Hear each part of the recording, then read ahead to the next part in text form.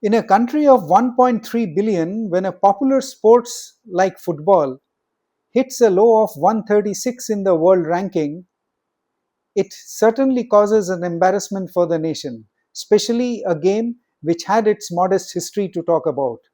And the lovers of the game finds it difficult to digest. And AIFF cannot escape responsibility for this. Whatever may be the reasons, lack of funds, lack of infrastructure, lack of initiative, Indian football has reached an abyss. But it seems AIFF has finally woken up and is taking some initiatives to revive the state of this game, which is almost dying now.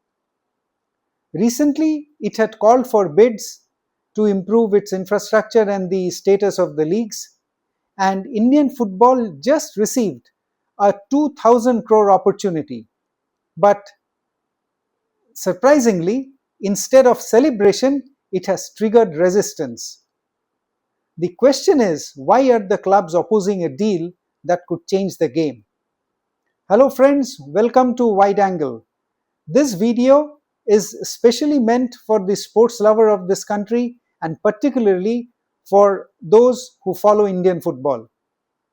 Indian football is set to get a big boost as the commercial rights for ISL, Federation Cup, Indians Women League, both 1 and 2, are set to be finalized.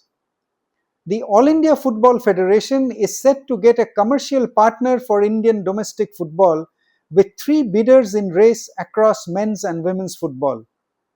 After a long crisis, Indian football is now heading towards a new era with money set to trickle in with a new partner set to come on board.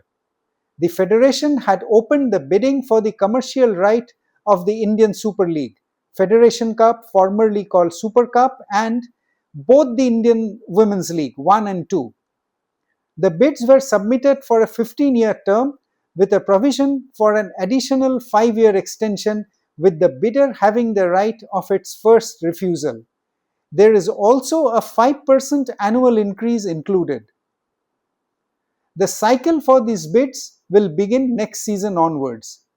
The board received a couple of bids for the men's domestic competitions, while only one bid came up for the women's leagues. To begin with, we take a look at what these firms have offered to the AIFF for these rights. First comes Genius Sports. Genius Sports have made the highest bid for the rights by a fair margin. The biggest bid came from Genius Sports, who have offered to put in rupees 64.4 crore annually, which amounts to almost rupees 2130 crore over the period of 20 years. Now, who are these Genius Sports? Founded in 2016, Genius Sports is a data and technology firm which provides services to sports leagues across the world. It has a strong portfolio, being the official data feed provider for the English Premier League, the Championship, and the Scottish League. It also provides technology for the National Football League NFL, FIBA, and the Japan B League. Next is the Fan Code. Fan Code also bid to be the commercial partner for the top level men's competition in Indian football.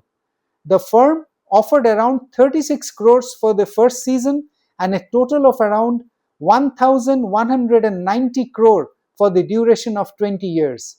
Fan Code is a sports focused over the top, that is OTT streaming platform, which already has the media rights of the Indian Super League. Part of the Dream Sports group, Fan Code has a wide array of sporting tournaments on its platform.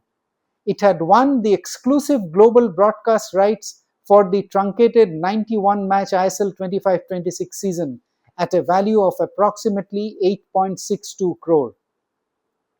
The third bidder is Capri Sports. Capri Sports is the dedicated sports division of Indian firm Capri Global. It emerged as the sole bidder for the Indian Women's League IWL and IWL2. The value for the 20-year contract is expected to be around 160 crore. Capri Sports own UP Warriors in the Women's Premier League and also the Sharjah Warriors in the ILT20. The Bengal Warriors team in the Pro Kabaddi League is also owned by this firm. Capri Sports will most likely take the women's football leagues. Genius Sports, who have made a bid which is double of its competitor Fancode, is the front runner to win the rights for Indian Super League and Federation Cup, though the clubs have expressed their concerns in tying up with Genius Sports as it is a foreign entity and other commercial concerns which we will discuss in the video. AIFF has appointed KPMG as evaluators of the offers and is in consultation with KPMG in finalizing the bidder. Despite massive population, as we mentioned earlier, India currently ranks 136 in FIFA rankings. After defeating Hong Kong in the last Asian qualifier game, India's ranking improved 5 places. Much to the disappointment and embarrassment of the followers of this game, particularly in India, even countries as small as Uzbekistan and Cape Verde are far ahead of India in the FIFA rankings. Indian football needed oxygen. It needed a life-saving potion to bring back from the abyss it was slipping into. As an apparent savior, now comes the rupees 2000 crore deal, a multi-year commercial proposal covering broadcast, sponsorship, and marketing rights. On paper, this is a breakthrough moment for Indian football. Many supporters believe this could change everything with more money flowing to the system, enhancing the opportunities for investment in the grassroots levels, better visibility, and essentially globe exposure. In a cash-starved system, this could accelerate growth. But here is the conflict. Clubs are not fully on board. They have key concerns in areas like the revenue sharing model, the loss of control, the existing financial losses not being addressed, and most importantly, trust deficit. For the clubs, this isn't just a deal. It's a question of survival for them. This brings us to the core issue. Who controls Indian football? In leagues like the English Premier League EPL, clubs get major revenue share, but in India, the system is still evolving. Indian football stands at a turning point. This is not just about a 2000 crore deal, it's about direction. Because the future of the game will not depend on how much money comes in, but on how that money is shared and who controls the game. But here is where the story takes a decisive turn. Because for the very stakeholders who keep the game alive, that is the clubs, this deal raises more questions than answers. To understand their resistance, we first need to understand their reality. Most clubs in the Indian Super League are not profitable. Their annual losses are to the tune of 20 to 50 crore per club. The ticket revenue is limited. Merchandising ecosystem is weak. And then there is heavy dependence on owners for these clubs. These are not businesses making profits, but these are investments surviving on belief, passion, and emotion. At the center of the conflict is money, but more importantly, who gets how much of it?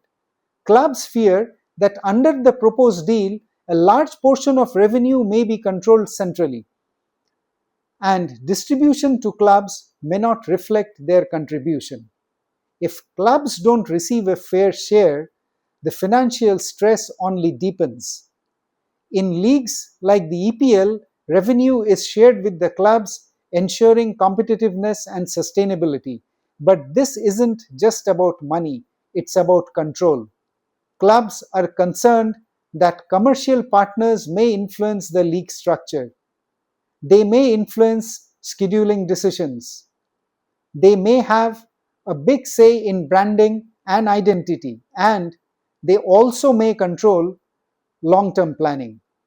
When control shifts away from the clubs, They risk becoming participants and not decision makers, which is not acceptable to the clubs which are the lifeline of the AIFF. Another layer to this conflict is trust. Indian football has seen difficult situations like administrative challenges, governance debates, and transparency concerns in the past. So, naturally, clubs are asking, will this deal truly benefit the ecosystem or centralize power further?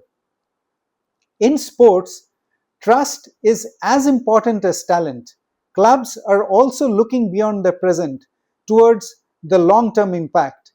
If the structure becomes unsustainable, growth today could mean collapse tomorrow. For club owners, players, and fans, this isn't just a contract, it's about identity, legacy, and the future of the sport they love. Because clubs don't just play football, they are football. So while the deal promises growth, the resistance reflects fear, fear of losing control, losing stability, and losing the very structure that holds the game together in India. And that brings us to the bigger question: can Indian football grow without leaving its clubs behind?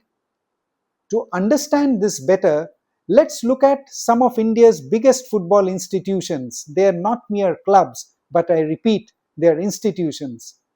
Mohun Bagan Supergiant, East Bengal FC, Bangalore FC, Kerala Blasters FC, FC Goa, and you name it, Mumbai FC. These clubs are not just teams, they are institutions with massive fan bases, deep history, and strong emotional connect. Yet, even these clubs operate in a financially challenging ecosystem. If they are driving viewership and fan interest, should they not receive a proportionate share of the revenue? For legacy clubs like Mohun Bagan Supergiants and East Bengal, this concern goes beyond finance. These are the clubs with over a century of history and legacy, and any perceived loss of control is seen as a threat to their identity itself. If even the established clubs are cautious, imagine the situation for smaller or emerging teams. The fear is simple. If the structure becomes unbalanced, some clubs may struggle to sustain at all. From the historic stands of YBK Kolkata to the passionate crowds in Kochi and Bangalore and Mumbai, Indian football lives through its clubs. And perhaps no one represents Indian football's journey better than Sunil Chhetri. For over a decade, he has carried the hopes of Indian football leading from the front, scoring consistently and inspiring millions. Yet, even at the peak of his career, the system around him has struggled to match that ambition. In fact, there was a moment when Sunil Chhetri had to personally appeal to fans to come to the stadium and support the team. That moment said everything, not about passion, but about the gap between the potential and reality. For players, these structural decisions are not abstract, they directly affect their career growth, the quality of the leagues being played, and most importantly, international competitiveness. Because no matter how successful the Indian club football is, unless India moves up in the rankings, in the global rankings, in the FIFA rankings, Indian football will lose its charm. Indian football would soon lose its identity. And for legends like Sunil Chhetri, who have given everything to the game, the question becomes even more significant. Will the next generation inherit a stronger system or the same struggles? Because talent has never been India's biggest problem. Baichung Bhutia and Sunil Chhetri proved that. The real question is, can the system rise to match its players? Indian football has never lacked passion. From the roaring stands of Mohun Bagan Supergiants and Imami East Bengal to the unwavering support for Kerala Blasters FC, the love for the game has always been alive. But today, the question is not about passion, it is about direction. Because the future of Indian football will not be decided by a single deal, but by the choices we make today about the fairness, about trust, and about who truly owns the game. Because in the end, football does not belong to contracts. It belongs to the players, the clubs, and the millions who believe in it. So, the real question is not whether this deal will go through, but whether Indian football is being built to last. Indian football therefore stands at a crossroads, and what we decide today will define the dreams of tomorrow. Friends, if you care about Indian football, this conversation will matter. Please do like, share, and subscribe for more such deep dive stories. Thank you very much for being with us, and God bless you.